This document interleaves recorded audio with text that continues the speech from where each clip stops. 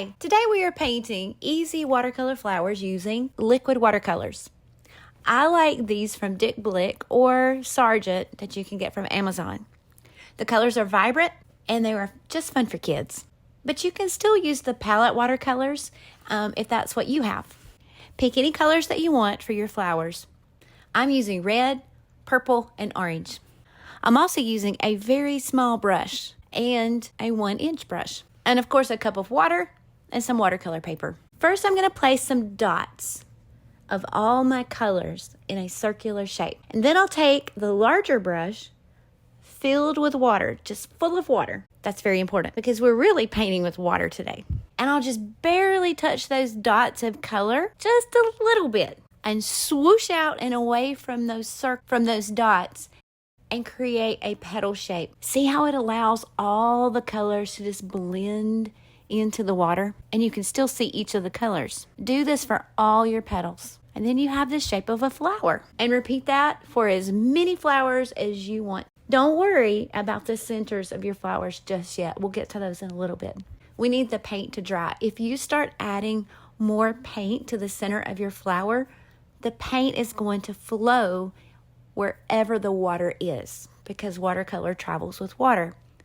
So you're going to need to let that dry and then we'll add our paint later.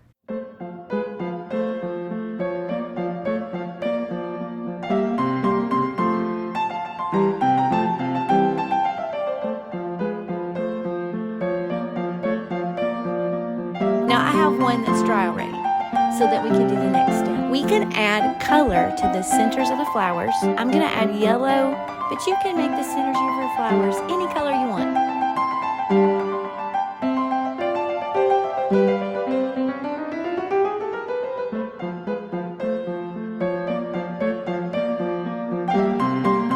now I'm going to add some leaves.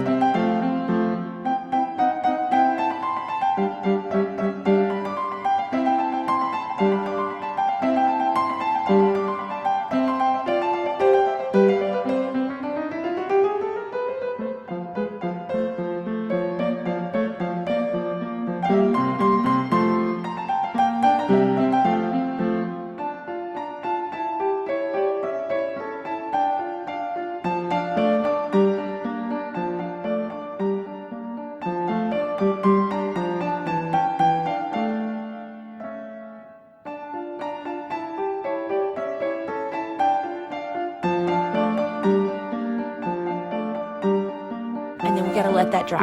Once the flowers and leaves are dry, we can draw on top of them and add details with crayons, pencils, gel pens, marker, and even more paint. But I'm going to use an ultra fine Sharpie. I'll add small circles and curved lines to the centers of my flowers and wispy thin lines to the petals and the leaves. And then I'm going to do this to all of the flowers. Now you can stop here. It's a lovely piece just as it is.